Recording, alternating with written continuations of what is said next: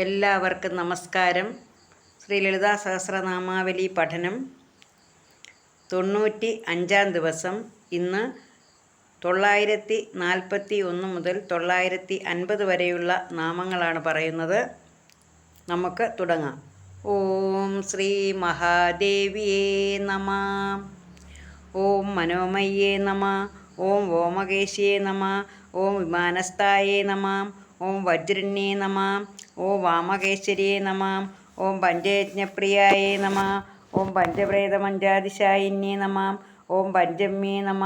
ഓം പഞ്ചഭൂതേശ്യേ നമ. ഓം പഞ്ചസംഖ്യോപചാരിണ്യേ നമ. ഒന്നുകൂടെ പറയാം. ഓം മനോമയ്യേ നമ. ഓം വ്യോമകേശ്യേ നമ. ഓം വിമാനസ്ഥായേ നമ. ഓം വജ്രിണ്യേ നമ. ഓം വാമകേശ്വരിയേ നമ. ഓം പഞ്ചയജ്ഞപ്രിയായേ നമ. ഓം പഞ്ചപ്രേതമഞ്ചാതിശായിന്യേ നമ. ഓം പഞ്ചമ്യേ നമ. ഓം പഞ്ചഭൂതേശ്യേ നമ. ഓം പഞ്ചസംഖ്യോപചാരിണ്യേ നമ. ഇനി ഇതിൻ്റെ അർത്ഥം സാമാന്യമായി ഒന്ന് പറയാം. ഓം മനോമയ്യേ നമ. മനോമയി, മനസ്സിൻ്റെ രൂപത്തോടു കൂടിയവൾ, മനസ്സായിട്ടിരിക്കുന്നതും ദേവി തന്നെ. ഓം വ്യോമകേശ്യേ നമ. ആകാശത്തിലെ മേഘങ്ങളാണ് ദേവിയുടെ മുടിച്ചുരുളുകൾ. അങ്ങനെ ആകാശം കേശമായിട്ടിരിക്കുന്നവൾ ദേവി. വിരാട് സ്വരൂപത്തിൽ ആകാശം കേശമായിട്ടിരിക്കുന്നവളാണ് ദേവി. ഓം വിമാനസ്ഥായേ നമ. വിമാനത്തിൽ സ്ഥിതി ചെയ്യുന്നവൾ. പ്രിയങ്കരികളായ ദേവകളോടൊത്ത് വിമാനത്തിൽ സഞ്ചരിക്കുന്നവളാണ് ദേവി. അതുകൊണ്ട് വിമാനസ്ഥ. ഇപ്പം കോടാനുകോടി വർഷങ്ങൾക്ക് മുമ്പ് എഴുതി വെച്ച വരികൾ വിമാനസ്ഥ. ദേവി വിമാനത്തിൽ സ്ഥിതി ചെയ്യുന്നവൾ ആണ്, വിമാനത്തിൽ സഞ്ചരിക്കുന്നവളാണ് എന്നാണ് പറയുന്നത്. ഓം വജ്രന്യേ നമ. വജ്രമുള്ളവൻ ഇന്ദ്രൻ. അത് ഇന്ദ്രനെ വജ്രി. അപ്പം ഇന്ദ്രൻ്റെ ഭാര്യ വജ്രിണി. വജ്രി ഇന്ദ്രൻ, വജ്രിണി ഇന്ദ്രാണി. അപ്പോൾ ഇന്ദ്രാണിയായിട്ടിരിക്കുന്നതും ദേവി തന്നെയാണ്. അതുകൊണ്ടാണ് വജ്രിണി. ഓം വാമകേശ്വരിയേ നമ. വാമകേശ്വരം എന്ന തന്ത്രത്തിൻ്റെ അതിദേവതയായിട്ടിരിക്കുന്നവൾ ദേവി. ഓം പഞ്ചയജ്ഞപ്രിയായേ നമ. പഞ്ചയജ്ഞപ്രിയ, പഞ്ചയജ്ഞങ്ങൾ അനുഷ്ഠിക്കുന്നവരിൽ പ്രിയമുള്ളവൾ. പഞ്ചയജ്ഞം എന്ന് പറഞ്ഞാൽ ബ്രഹ്മയജ്ഞം, ദേവയജ്ഞം, പിതൃയജ്ഞം, മനുഷ്യയജ്ഞം, ഭൂതയജ്ഞം. ഇതിൽ ബ്രഹ്മയജ്ഞം എന്ന് പറഞ്ഞാൽ ആത്മീയ കാര്യങ്ങൾ ചെയ്യുന്നതിന് വേണ്ടി ആധ്യാത്മയജ്ഞം നടത്തുന്നതിനെയാണ് ബ്രഹ്മയജ്ഞം എന്ന് പറയുന്നത്. ദേവയജ്ഞം എന്ന് പറഞ്ഞാൽ ദേവപ്രീതിക്കായി നടത്തുന്ന കാര്യങ്ങളെയാണ് ദേവയജ്ഞം എന്ന് പറയുന്നത്. പിതൃയജ്ഞം എന്ന് പറഞ്ഞാൽ വിവാഹം കഴിച്ച് സന്താനങ്ങളൊക്കെ ഉണ്ടാകുന്നതാണ് പിതൃയജ്ഞം. പിതൃക്കൾക്ക് വേണ്ടി ചെയ്യാവുന്നതാണത്. പിതൃക്കൾക്ക് വേണ്ടി ചെയ്യുന്ന യജ്ഞമാണ് പിതൃയജ്ഞം എന്ന് പറയുന്നത്. അതായത് വിവാഹം കഴിച്ച് സന്താനങ്ങളൊക്കെ ഉണ്ടാകുക എന്നുള്ളത്. മനുഷ്യയജ്ഞം എന്ന് പറഞ്ഞാൽ മനുഷ്യർ തമ്മിൽ സഹകരണ മനോഭാവത്തോടു കൂടിയിരിക്കുക, മനുഷ്യർ തമ്മിൽ സഹായിക്കുക. ഇതൊക്കെയാണ് മനുഷ്യയജ്ഞം എന്ന് പറയുന്നത്. ഭൂതയജ്ഞം എന്ന് പറഞ്ഞാൽ ചെറുജീവികൾക്ക്, ഉറുമ്പുകൾ പോലെയുള്ള ചെറുജീവികൾക്ക് ഭക്ഷണം കൊടുക്കുക എന്നുള്ളതാണ്.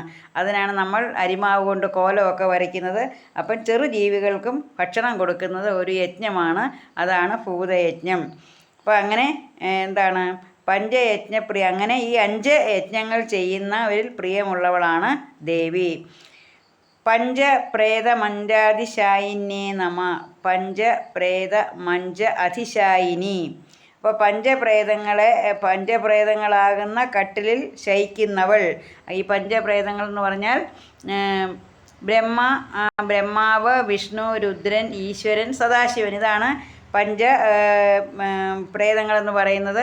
അപ്പം ബ്രഹ്മാവ്, വിഷ്ണു, രുദ്രൻ, ഈശ്വരൻ എന്നിവ 4 കാലുകളോട് കൂടിയും സദാശിവൻ പുതപ്പായിട്ടും ഇരിക്കുന്ന ഒരു കട്ടിലിലാണ് ദേവി ശയിക്കുന്നത് എന്നാണ് പറയുന്നത്. ദേവിയുടെ മഞ്ചം എന്ന് പറയുന്നത്. ദേവിയുടെ മഞ്ചം എന്ന് പറഞ്ഞാൽ ദേവിയുടെ കട്ടിൽ. അപ്പോൾ ഈ പഞ്ചയജ്ഞങ്ങളാണ്. ഈ പഞ്ചയജ്ഞങ്ങൾ എന്ന് പറഞ്ഞാൽ ബ്രഹ്മാവ്, വിഷ്ണു, രുദ്രൻ, ഈശ്വരൻ ഇവയാണ് ആ മഞ്ചത്തിൻ്റെ 4 കാലുകൾ. പിന്നെ സദാശിവൻ പുതപ്പായിട്ടും ഇരിക്കുന്നു. അങ്ങനെ പഞ്ചപ്രേത മഞ്ച അതിശായിനിയാണ് ദേവി.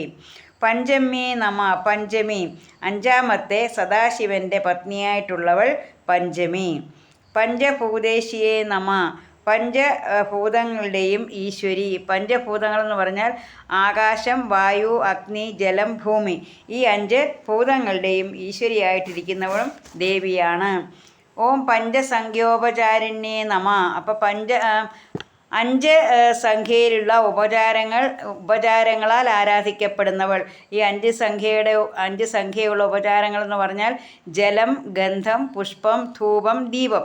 ഈ 5 ഉപചാരങ്ങളാൽ ആരാധിക്കപ്പെടുന്നവളാണ് ദേവി. അപ്പം അതുകൊണ്ട് പഞ്ചസംഖ്യോപചാരിണി, പഞ്ചസംഖ്യ ഉപചാരിണി എന്ന് നാമം.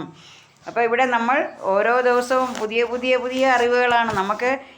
നമ്മൾ ലളിതാ സഹസ്രനാമം ജപിക്കുമ്പോൾ ഇങ്ങനെ അങ്ങ് ജപിച്ചു പോവും. ഈ ഒരു ഈണത്തിൽ എല്ലാവരും കൂടെ ചെയ്തങ്ങ് ചൊല്ലും. പക്ഷേ ഇത് ഓരോന്നിൻ്റെയും അർത്ഥം അറിഞ്ഞ് ചൊല്ലുമ്പോഴാണ് നമ്മൾ ദേവിയുടെ അടുത്തേക്ക് കൂടുതൽ അടുക്കുന്നത്. നമുക്ക് ഓരോ ദിവസവും പുതിയ അറിവുകളാണ് ലഭിക്കുന്നത്. അപ്പം അങ്ങനെ നമ്മൾ എന്താ പറയുന്നത്, അർത്ഥമാണ്. ഇന്നലെ കഴിഞ്ഞ ദിവസവും പറഞ്ഞു, അർത്ഥമറിഞ്ഞ് വേണം ദേവിയെ സ്തുതിക്കാൻ. എങ്ങനെ അർത്ഥമറിഞ്ഞ് നമ്മളതിൽ ലയിച്ച് നമ്മളത് ഏകാഗ്രമാക്കി ചൊല്ലിയെങ്കിൽ മാത്രമേ നമ്മൾ ആ നാമം ജപിക്കുന്നതിന് അർത്ഥമുണ്ടാകുകയുള്ളൂ. അപ്പോൾ അങ്ങനെ നമ്മൾ അർത്ഥമറിഞ്ഞ് അതിൽ ലയിച്ച് നമുക്ക് ദേവിയെ സ്തുതിക്കാം. അങ്ങനെ നമുക്ക് ദേവീ പ്രസാദം കിട്ടാൻ വേണ്ടി തന്നെ നമുക്ക് പ്രാർത്ഥിക്കാം. ദേവി എന്താ പറയുന്നത്, ദേവി അനുഗ്രഹിച്ചു കഴിഞ്ഞാൽ ദേവിയുടെ പ്രസാദം നമുക്കെല്ലാവർക്കും കിട്ടും. അങ്ങനെ ദേവി പ്രസാദം കിട്ടിക്കഴിഞ്ഞാൽ പിന്നെ നാം ഒന്നും നമുക്ക് ചിന്തിക്കേണ്ട. നമ്മുടെ ജീവിതം അതിമനോഹരവും ശോഭനവുമായിരിക്കും. അപ്പോൾ നമുക്ക് ദേവി പ്രസാദം കിട്ടുന്നതിന് വേണ്ടി നമുക്ക് ദിവസവും ദേവിയുടെ നാമങ്ങൾ ജപിക്കാം. അങ്ങനെ എല്ലാവർക്കും ശ്രീ ലളിതാ പരമേശ്വരിയുടെ അനുഗ്രഹം ഉണ്ടാകട്ടെ എന്ന് പ്രാർത്ഥിച്ചുകൊണ്ട് നിർത്തുന്നു. നന്ദി, നമസ്കാരം.